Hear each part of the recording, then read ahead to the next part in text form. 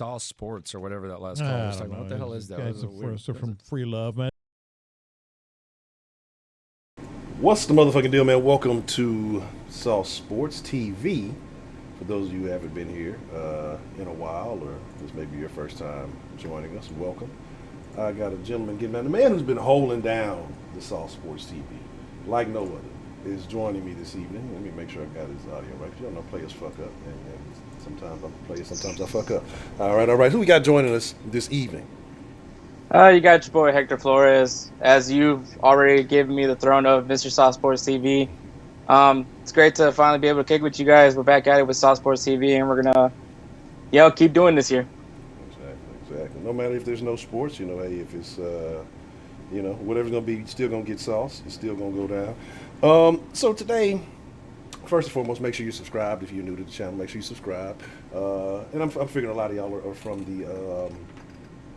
the Sauce Sports, and I know a lot of y'all came over. There's a lot of folks who joined after some of the great Astros vids that Hector dropped, so shout out to Hector for that. Got some more Astros content coming real soon. Once I get some organization about myself and finish the shit up, but shout out to Hector because he has been putting in the work.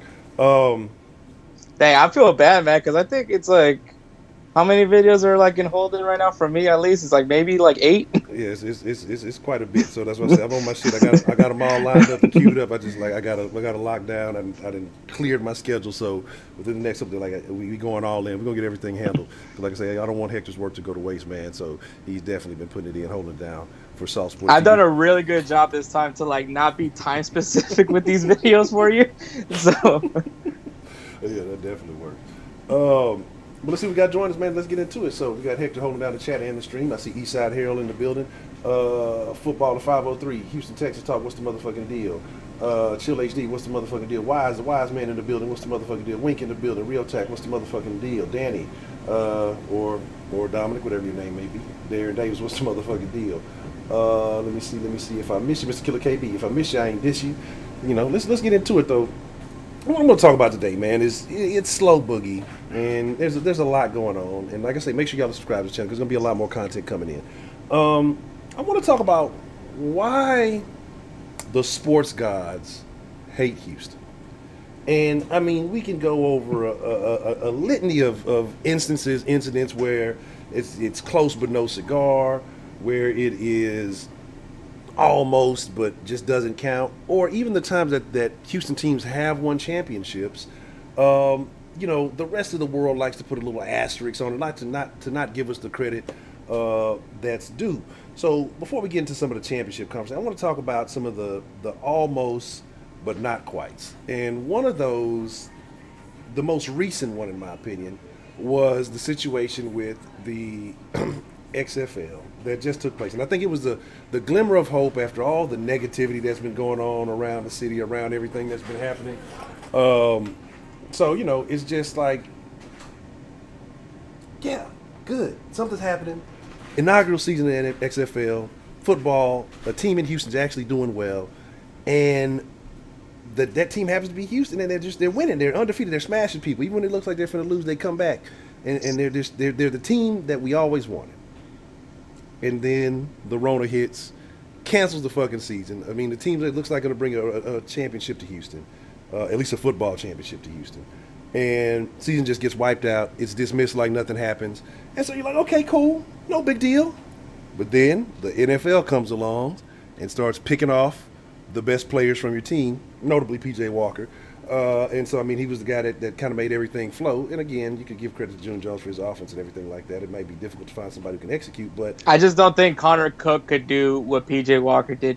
And that's not saying anything bad. I do think Connor Cook could be a decent quarterback. He could be like a memeable quarterback, if you know what.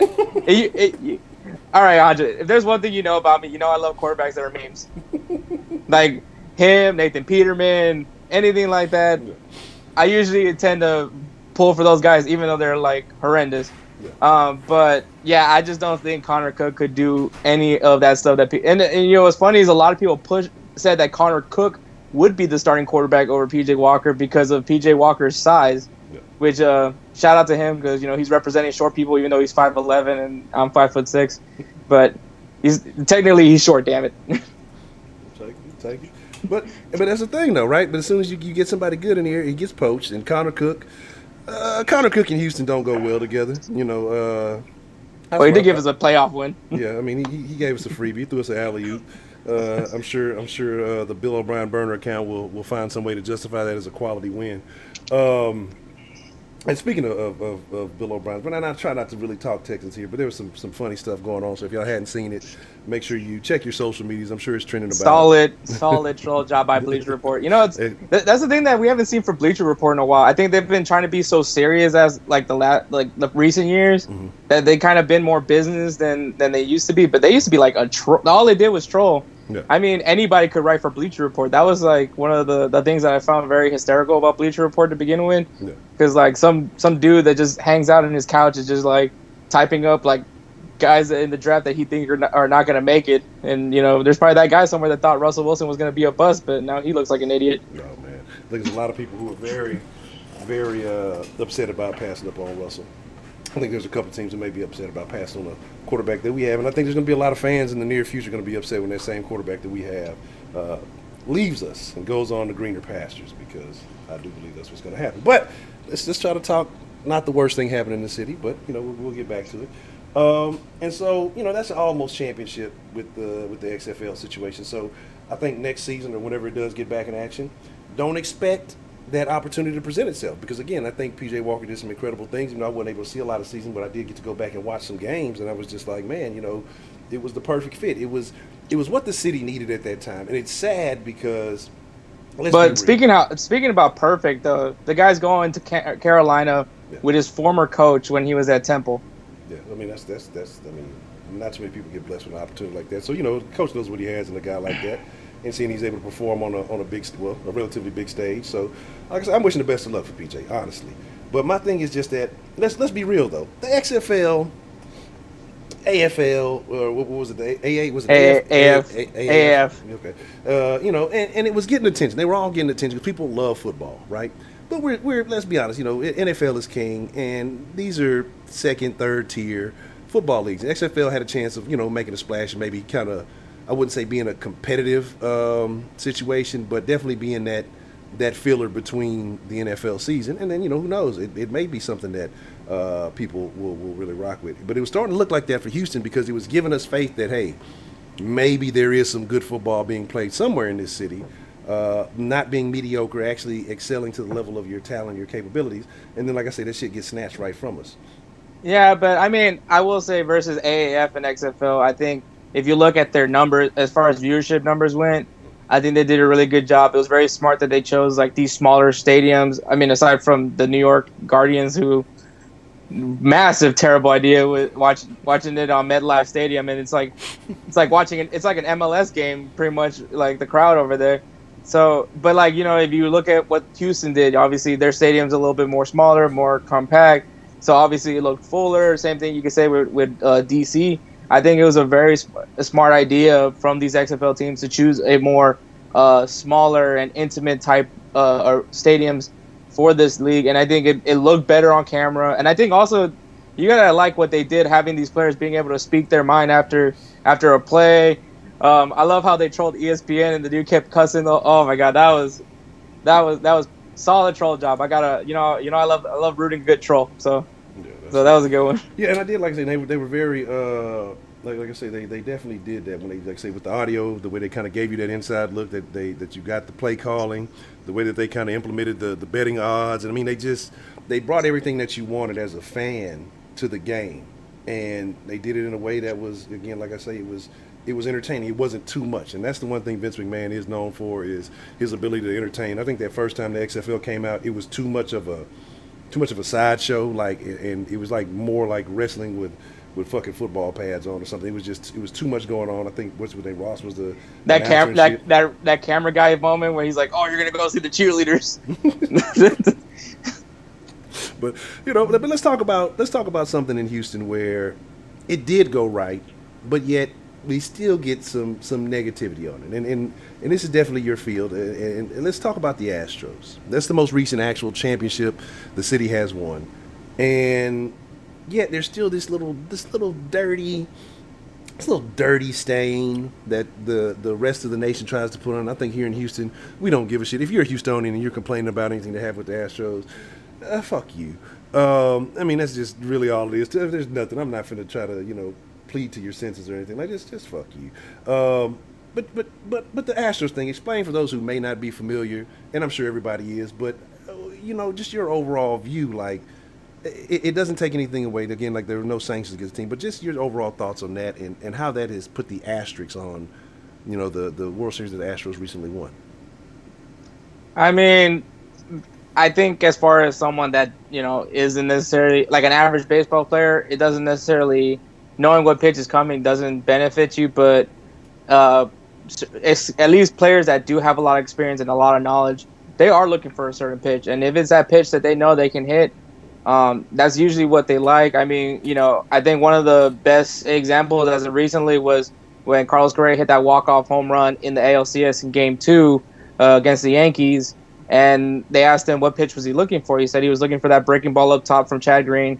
That just shows exactly what players are looking for, and when you do know what pitch is coming, there is an advantage to it, especially if you're a high-level Major League Baseball player. So there is an advantage to it, but the argument I also will make is that this is a system that everybody in the league has done. I mean, even though I'm done reiterating this, but in Evan Drellich's and Ken Rosenthal's article in The Athletic, where he mentioned Mike Fiers ends up spilling the beans about the Astros, they mentioned on it, it's a league-wide issue. This is something that not just the Astros are doing. I mean, the Red Sox got caught. We're about to find out what's going to happen with them.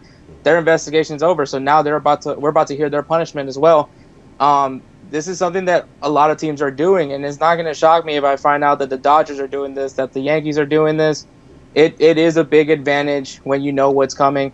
But at the end of it all, when there's other people doing it too, that's where you'll probably say it's kind of an even playing field. But, to each is its own. The only reason why people are criticizing the Astros right now is because they got caught, and they're the ones that are made the example of, and they just feel that the Astros didn't get a good punishment. Okay. So with the Astros kind of being made an example, does that set the bar for future punishments for some of these other teams, or do you think that because the Astros won, it made it a little bit different? I think because the Astros won the World Series in 2017 is why they got their punishment. But I mean, obviously this is their statement, so this is where, hey, this is what happened to this team. If you do this, then you're going to get that same exact punishment or worse, because you don't know what Rob Manfred's going to do. But at this point, it's just guys are going to be like either, one, they're never going to bring Mike Fiers to their major ball club because they don't want him to snitch on them. But also, the other thing is just now, we just got to do a better job at hiding it. Yeah, absolutely. So, I mean, in the long run, do you think that, and I don't think people inside the city care, but do you think that that's going to be a permanent stain, that people are always going to try to look at it like, well, the Astros cheated them their way to one? Do you think that's something that's always going to stick with it whenever you talk about the 2017 World Series? I think it depends who the fans are. So I think if you're talking about Dodgers fans, I feel like they'll be the ones. Yankees fans for sure. I don't necessarily think Boston's going to say anything. I think, especially right now, since they're kind of going through what we're going through, I don't think they're going to get as big of a punishment as the Astros did. But knowing that, I just don't think I don't think it's gonna be any. I think there's gonna be a lot of people that hated us for that, but I think give a few years, they're probably not even gonna talk about it. And like I said, except for those just really angry Dodgers and Yankees fans, because those are the two teams that really got affected by all this, obviously. But I think the only way the Astros can really like redeem themselves from all this, and it's not them returning their rings or giving their bonuses back to the league or donate them, all that, even though technically some of the players did donate their bonus checks to Hurricane Harvey relief funds. But the thing I will say is that the Astros have to go in, play their baseball, and show them that, we didn't need to cheat to win a World Series title. Because that's the real argument, is a lot of people feel like with the talent that the Astros had, this team should have won the World Series. They had the solid pitching, they had the hitting, they had the amazing defense. They knew that this team was solid. And it just sucks that one little thing that they did kind of takes away from the talent that this team had. But I think if 2019, if they were true that they did not cheat in 2019, which the report says that they didn't cheat, then clearly we know that Astros baseball is actually very solid. So the only thing is from here is just go into this season, if there is a season this year, and go out there, play. And if there's a team that wants to really hit the Astros players, well, thanks, you guys put a runner in scoring position for us if that's the case. But the other thing, like for all the angry fans, the angry baseball fans that feel that that we cheated something from them, if you want to beat the Astros, then prevent us from playing in the playoffs to begin with. If we don't make the postseason, then there's nothing we could talk about. Then the Astros are considered frauds if that's the way you want to look at it. But if we go ahead and play the season, and I mean, if the Astros want to go above and beyond and have like MLB reps at every location in Minute Maid Park to prove their point, and they still make the postseason and they still go to the World Series and they win the World Series, then I think everyone can just shut up at that point. Okay. What percentage would you give a chance that it might not be an MLB season this year? So right now, MLB is currently talking about a strategy of playing games only in Arizona. So all the teams will go to Arizona and they'll play games in specific Arizona baseball parks, I think specifically in the Phoenix area. So their goal is for May, but obviously that it also entails that all the players get tested, make sure that no one's infected or anything like that, and as well obviously manager staff and essential personnel. So once they do that, I think that's when we'll go ahead and go with it. I think the MLB Players Association is all about it. MLB is all about it. They also got with CDC, so they're actually okay with this idea. So it's kind of like everything is working in the right direction. So it might look like we can see it. I don't think May is going to be the right time frame, though, to be honest, because I just don't think getting all those players tested and getting the results in and then, starting to set up the schedule, I don't think you're having enough time. So I would probably say June would probably more realistically would be June. But I do think that they're in the right process to go ahead and make a solid return for the season. That's going to be real interesting to see to see how that plays out on TV. Okay, so like I said, I guess we can stick to championships, and we're talking about just the negative. Why the sports guys, big moments where sports guys have hated Houston. Actually, let's not go to the champ. Let's go to another major sport. Let's talk about the Rockets, because they have had the best and the worst, I guess you could say, of both worlds. So most recently, the biggest upset was something the city of Houston is famous for, which is hamstring injuries. We talk about Chris Paul, right? When the Rockets were on the brink of taking what is considered by many the most talented NBA team ever assembled, the greatest team in history, but yet people still hold this against the Rockets for not beating them, even though wasn't anybody else really doing it either. But and basically a hamstring away. And we can talk about the 20-plus missed threes if you want to talk about that, which I don't believe in a row because Harden hit one, but they called it on the floor when he was fouled, and that didn't count. So they kind of put that in there. I forgot the fucking shitty ref's name. But just, like, looking at that situation, do you think that was a part of it? I mean, like, because it just seems so fluky for that to happen. Because even without Chris Paul, they still had Golden State. They still had their number. It just took, like I say, them really just being abnormally terrible. I mean, probably the worst shooting percentage I've ever seen the Rockets shoot as far as from three. I mean, do you think if Chris Paul was there, that changes?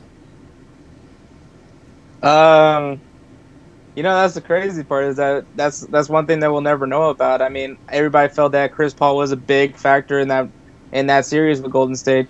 But I mean, if you want to go even deeper, I mean, the Rockets had two opportunities to eliminate the Golden State Warriors. Obviously, they had Game 6 where they could have done it, and they had a good lead until they blew it, and Golden State ended up forcing a Game 7.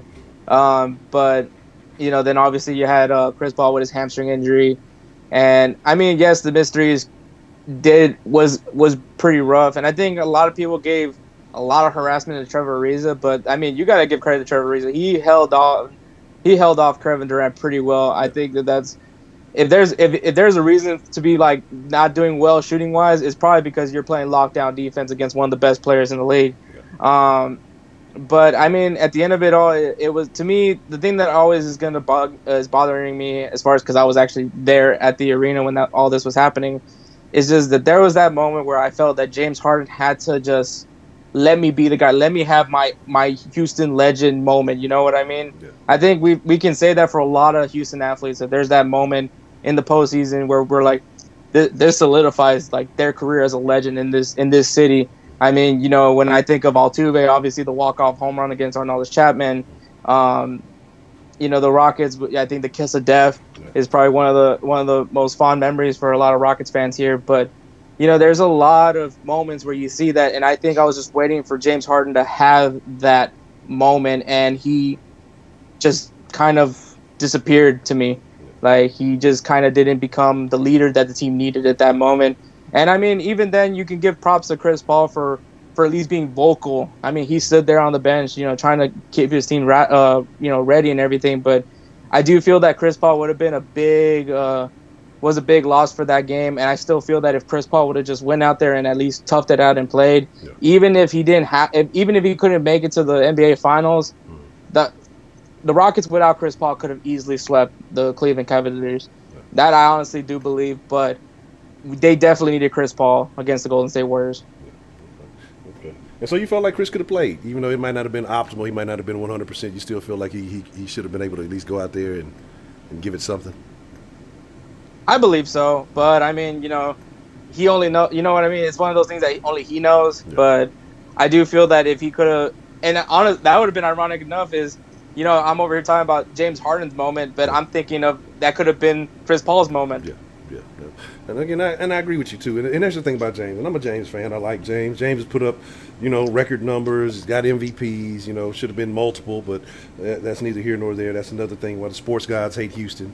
And yet you're kind of right. He doesn't have in the postseason. He doesn't have that game. He has the statistics through the regular season. He has those games through the regular season. I mean, the numbers are ridiculous. But when it comes to the postseason, that's what everybody kind of harps on, is that where has been that James Harden moment that you feel like, okay, this is his time, he's that guy. And again, to me, I felt like the criticism, it's because of who Golden State was and how stacked they were.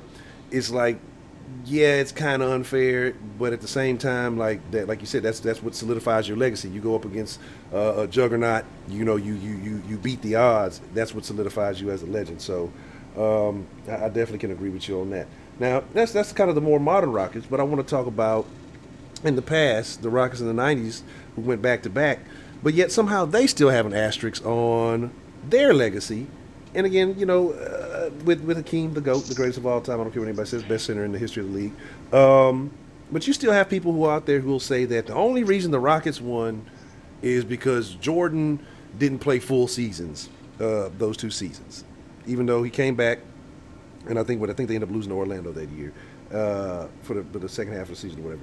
And I think they ended up losing to Orlando. So to me, he was there. Like, if you're that guy, if you felt like you were good enough to come back, and if you couldn't get one against Orlando, if you couldn't beat Orlando, we ended up sweeping Orlando, I don't think there's too much to say about that, but that's just my opinions. But your thoughts on that. Is Jordan being gone, even though he was a capable player during that time, is that a knock against the Rockets, or is it just it is what it is? I mean, what are your thoughts on that? I think one of the best phrases is you play who you play against. Yeah. So I mean, they didn't have to go up against Michael Jordan's Bulls. So I mean, yes, I will say the Orlando, at least that period of Orlando Magic, even though it was a very interesting team, I think that's one of my favorite 30 for 30s actually is Penny Hardaway and Shaquille O'Neal's 30 for 30 about, I think it's called This Magic Moment. Yeah. But that team, I think that was that team. And then obviously you also had the New York Knicks. Mm-hmm. So yeah, but at the end of it, you play who you go up against, so the Rockets had no control over that. They handled their business and went into the NBA Finals twice in a row, which honestly, that's very hard to do. Yeah.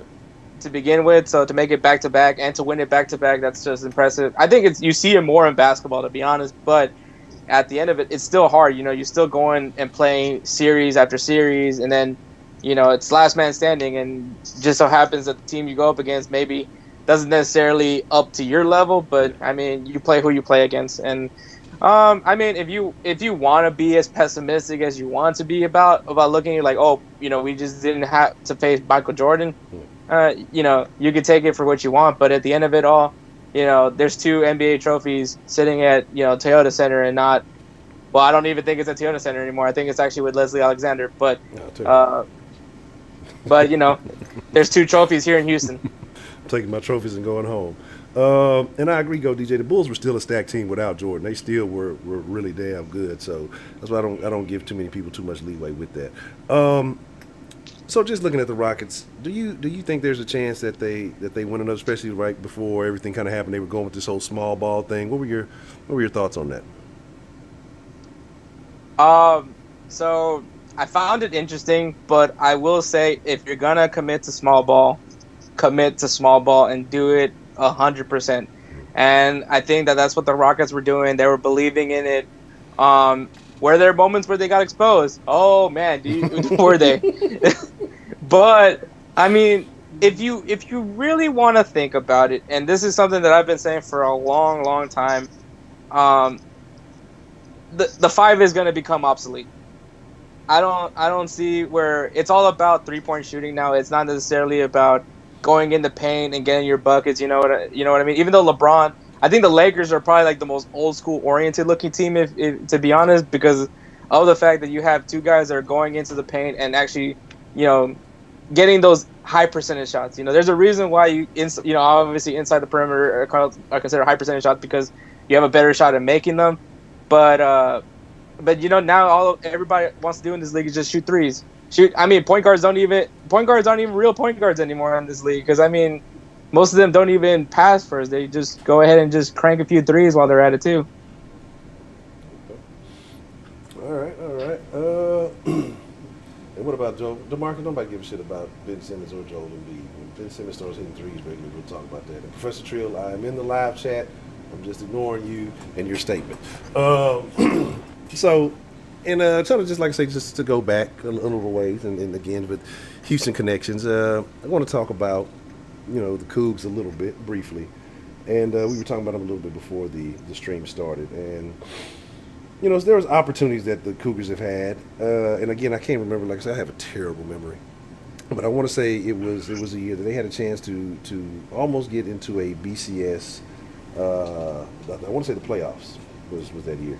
And they ended up losing to somebody. Again, I think you said it was UConn. I can't remember. I believe you're right. Like I say, it's somewhat one of them teams that somebody had no business playing, some off-schedule ass team.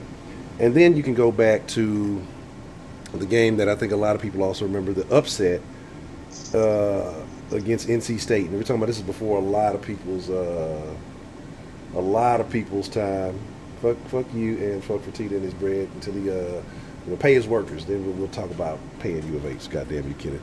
But I'm just looking at little things throughout this city's history that it just seems like when there are opportunities, there has not been just the clean victory. And I guess, again, like I said, to me, the Rockets was clean. I don't think, like you said, you play who you play. What the fuck can we do about Jordan not being there? But again, a lot of people try to use that. Well, if he'd have played, well, said if it was a fifth, we'd all be drunk. But, my thing is you can't do anything about that. So to me, those are clean. I know the Astros, a lot of people want to taint it. I think it's legit because, again, like you said, they just went back. They just didn't finish the deal, last season.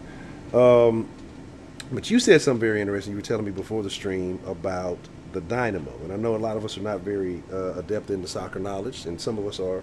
Some of the people in the chat are soccer fans. For those of us who don't know, kind of clue us in on the Dynamo, because we are familiar that they've won championships, but kind of clue us in on how that happened. So when the Dynamo moved to Houston, they were originally the San Jose Earthquakes. Even though now the San Jose Earthquakes are now back in the MLS. But yeah, so the Dynamo were pretty much the whole roster, the coaching staff, everybody was the San Jose Earthquakes. It was just a different ownership group. But the only thing that they didn't take with them was the history of San Jose. So it was pretty much just like we just took their whole roster, but we became our own thing. But one of the things that a lot of MLS fans like to mention is that, which at that time, San Jose was a really good team in the MLS. And so, obviously they come to Houston. They're still a pretty solid team. And I mean, if you look at that roster from the 2 years that they won the championship, obviously you had Brian Ching, you had Dwayne De Rosario, you had Brad Davis, Pat Onstad. So it was a very stacked team. So a lot of people, they make the argument that the back-to-back trophies should belong to San Jose, but whatever. It's in Houston. We're the ones that have it's in our trophy case. It's not in San Jose's. So that's where I say. And besides, a few years later, they ended up winning a U.S. Open Cup, even though some people don't like to value that in any way, but I'll take it. Yeah, you got to take what you can get around here. Not a lot of opportunities, so we will seize whatever moments we can get. So like I'm saying, just looking at everything kind of overall, and I'm trying to make sure I'm not forgetting somebody. I don't want to talk about that. We already know enough about the Texans to realize the Texans honestly aren't even in the conversation because they haven't been anywhere close to winning a fucking championship. So I know people, what about the Texans? They haven't even been remotely close. Like, they've been at least 2 games away from being in a conversation about winning championship anything. So we can't even get to an AFC championship. So I don't even want to talk about the Texans and saying, oh, they had this opportunity, that opportunity. Even though some would say, I guess we're going to put out there, the year that they played Baltimore and Schaub went down, and so you had Yates leading the charge. Some people felt like that was the Texans' year, because I do honestly feel like, because they almost beat Baltimore with Yates. If Schaub had been playing that game and Jacoby doesn't give the game to the fucking Ravens, I think the Texans come out on top of that. That probably was the best shot that the Texans had. Aside from that, you're not even. It hasn't been close, and so to me, it's not even worth talking about. Like, they're the most. What's the word I want to use? They're just not there. They're not in the conversation with the other teams in Houston. Who was it now? But just looking at, like I said, this whole spectrum, and just looking at everything that happens with Houston, the only good teams that you could really say consistent in this city is Katy and North Shore, because they're usually in the conversation for state titles when it comes to football. And don't ask me about other sports. I know Yates was dominating the basketball for a little while there. But I mean, from top to bottom, I mean, where do you see Houston? Because again, like I said, you have more of an adept knowledge of a wider variety of sports. So like accumulating all of that in other towns and how you see how they respond and how they react. Like where would you put Houston if you were to talk about sports towns? If you were to rank sports towns, where would you put Houston in that conversation? Oof, man. That is really hard.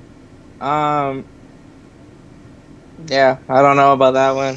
It's really hard with Houston. The only reason why I say that, I think it's one of the unique things about it that it is a metropolitan. And obviously, we have like a lot of people move to Houston for work. Obviously, with like our energy industry, and as well as like, obviously, we have one of the leading medical centers here in Houston. And when you think of all the things, obviously, it makes it enticing to come to Houston for work. And then because of that, you have people from different cities who have their own affiliation when it comes to sports teams.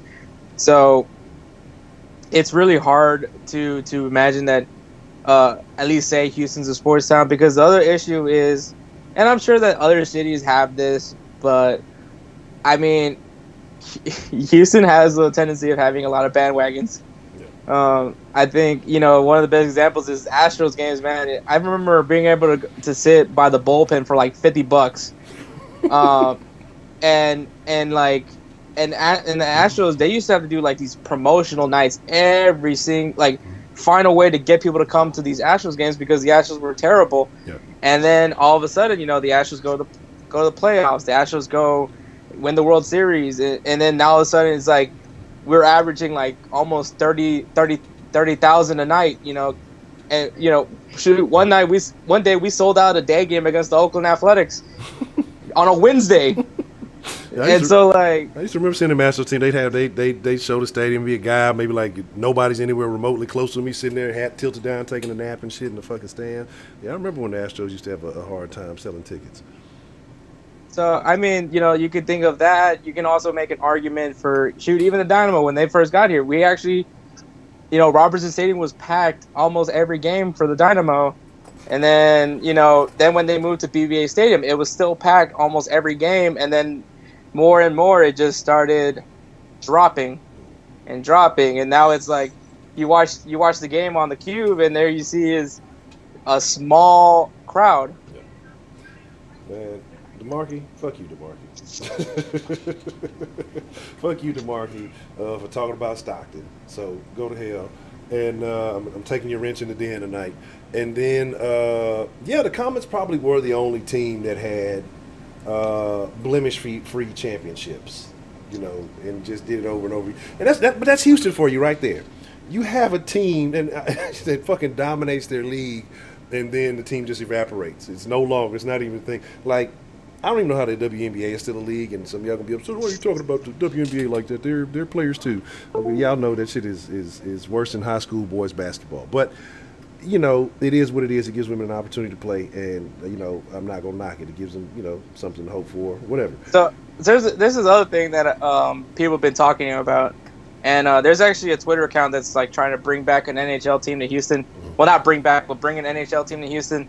And like a lot of people are trying to say that Houston is a hockey town, and I'm just kind of like, now mind you, I watched the Houston Aeros when I was obviously younger, and I went to the games, and when I got to watch them win those championships. I believe it's called the Calder Cup, yeah. And it's a fun experience. But mind you, there's a minor league hockey team, but people showed up to the games. It was fun and everything, but I just don't see Houston as a hockey town. I really don't. I think the Dallas Stars just did a really good job on how to market the team. That's the reason why it's so popular there. But I don't think you can do the same thing here in Houston, in my opinion. As much as I hate Dallas, but I mean, like, I just don't see because the thing is with me is if you bring in a team to Houston, the only thing is once again, like I said, there's a lot of people that are fans of other hockey teams already because they come from different cities, but. The other thing is also because a lot of people are Houston Aeros fans. They're not going to... So, like, you bring in this hockey team, one, you're going to have to try to get people to like hockey, for one. I think also understand the rules and all that. and that could be kind of confusing to some people to some extent. And then, but to me, I just don't think a hockey team would be smart. But yeah. And that's my thing. I've seen the hockey talk, and I think it would be very interesting. I think people would jump on it initially, but how long, does it have like staying power? Because I think that's kind of a lot of things. A lot of people want to see what it's about, and then like you said, without there being like the kind of the high school or collegiate teams around here or anything like that. So I agree with you. I don't know if people will really just, get into it if it'll be able to last. So, it'll be interesting. I mean, I guess it's just something different or something to do. I have no idea. But I think if NHL does decide to bring a hockey team to Houston, I think if you can't get the name rights to the Houston Aeros, I don't think anybody would actually really become a fan of this new NHL if they were to ever bring an NHL team to Houston. So who currently owns that, the Houston Aeros? Did they just like dissolve, or did they? So the Houston Aeros were the farm team for the Minnesota Wild. Okay. And so then when this actually all comes from Leslie Alexander. This is honestly the big. So Leslie did not want Toyota Center for anybody else. It just wanted to be strictly for the Rockets. So obviously you remember when the Comets ended up having to go to, I think it was the Reliant Center. Yeah, they had to go somewhere. I don't remember where. So because Leslie Alexander only wanted Toyota Center specifically for the Rockets, it just kind of ended up dissolving. So then when the Aeros were left without a facility, so then that kind of jumped Minnesota to jump on the opportunity to move them to Iowa. And so that's what happened. They were the Iowa, Des Moines, Iowa, I think, the Aeros for a bit, but then they eventually changed it to the Wild. Okay. Well, that might be a problem. And here's my thing too. It's just that how much of an impact I think that with a team and with everything kind of being in that little downtownish area, I think that impacts stuff to it. Because I look at the Rockets game. And the Rockets, again, this is a team that's won championships, a team that has star power, has big names, but yet still has an issue with attendance, in my opinion. And a lot of people say, "Oh, it's the traffic, it's the parking, it's the time of the games and all these other things." And so I wonder how much that would have an impact if you were to try to do something. I mean, you can make that a factor, but I think obviously you've seen how it is with Astros games as of recently. I mean, people show up. Exactly. I mean, Rockets games. I want to say it gets filled up pretty well, but I think it also depends on who. NBA is all about who's playing, who are they playing against more than it is. The Rockets are playing, because I mean, I can tell you right now, the Rockets they go to the point where in their certain games they'll just give tickets away. Yeah. And that's because of nobody wants to see the New York Knicks or no one wants to see the Phoenix Suns. Who wants to watch? Well, actually, I was kind of surprised about that one with the Memphis Grizzlies, but I mean, there's those games that people are like, oh, I don't want to watch that game. So then it's like, it kind of doesn't look good when where that camera is at, and it's like all you see is like not very full seats, and those are club seats by the way as well, where the camera's pointed at, and so I think basketball is all about who your team is playing against, because I mean obviously you want a good matchup, but also you want to see some stars, obviously. So I think obviously when you think of it's obviously the Warriors, even though the way they were looking right now this year, but the Lakers. I'm sure now more people know about John Morant, they'll probably want to jump more onto watching his games now. But I think with the NBA, it's just really weird when it comes to getting people to come to games, and I think it's just it is like a really late time when the games start.